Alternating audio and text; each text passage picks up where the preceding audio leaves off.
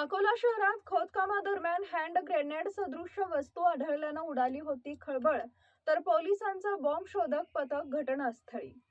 अकोला शहरातील मारुती नगर परिसरात नालीच्या खोदकामादरम्यान hand grenade सदृश्य वस्तू आढळल्यानं एकच खळबळ उडाली आहे। घटनेची माहिती मिळताच जुने शहर पोलीस, स्थानिक गुन्हे शाखा आणि बॉम्ब शोधक पथक तातडीनं घटनास्थळी दाखल झाले। संबंधित वस्तू ताब्यात घेण्यात आली असून ती प्रत्यक्षात जिवंत हँड ग्रेनेड आहे की नाही याची तपासणी सुरू आहे। प्राथमिक माहितीनुसार ही वस्तू 20 ते 25 वर्षांपूर्वीची असावी असा अंदाज व्यक्त केला जात असला तरी याबाबत अधिकृत दुजोरा अद्याप मिळालेला नाही। त्यामुळे नागरिकांनी अफवांवर विश्वास ठेवू नये आणि घाबरून जाऊ नये असं आवाहन अकोला पोलिसांनी केलं आहे।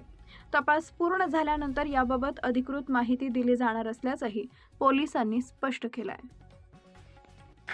मी मारुती नगर या एरियामध्ये राहतो, जुने शहर बाळापूर रोड। माझ्या घरासमोर नालीचं खोदकाम झालं, त्याची माती माझ्या घरासमोर टाकलेली होती। ते मला यायला थोडी तकलीफ होऊन आली, पण तिने सकाळी माती ओढली फावड्याने, त्याच्यात मला बॉम्ब सारखं दिसलं। ते मी सकाळी पोलीस स्टेशनला जमा करून आलो। दुपारी सर्व पोलीस व प्रशासन इथं आले होते, शहानिशा करून गेले। नंतर मग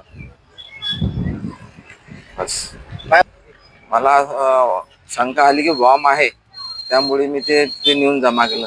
त्याचं स्वरूप कसं होतं, म्हणजे एकदम कसं दिसत होतं? हँड ग्रेनेड सारखं होतं ते, जे आपण हातानं बॉम्ब फोडतो वगैरे पिक्चर मध्ये दाखवतात, तसं होतं। कसं होतं? काय अंदाज वाटते कसं काय आलं असेल ते नाही सांगू शकत मी कसं काय।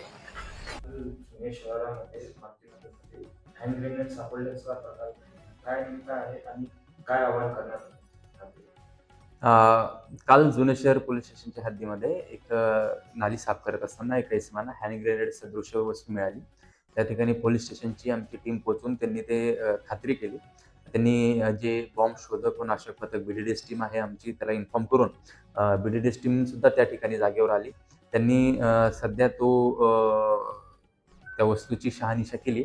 तर ते प्रथमदर्शनी जुना हँड ग्रेनेड असल्याची प्रथमदर्शनी त्यांनी माहिती दिलेली आहे आणि ती त्यांनी त्यांच्या कस्टडीमध्ये घेतलेली आहे वस्तू।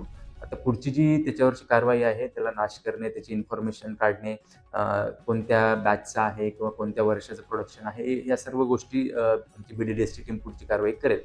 नागरिकांना आव्हान आहे की याच्यामध्ये कुठलीही भीतीचं वातावरण किंवा आपल्यामध्ये असू नये आणि निश्चिंत असावं आपण। सगळ्यांनी शांतता ठेवावी। धन्यवाद।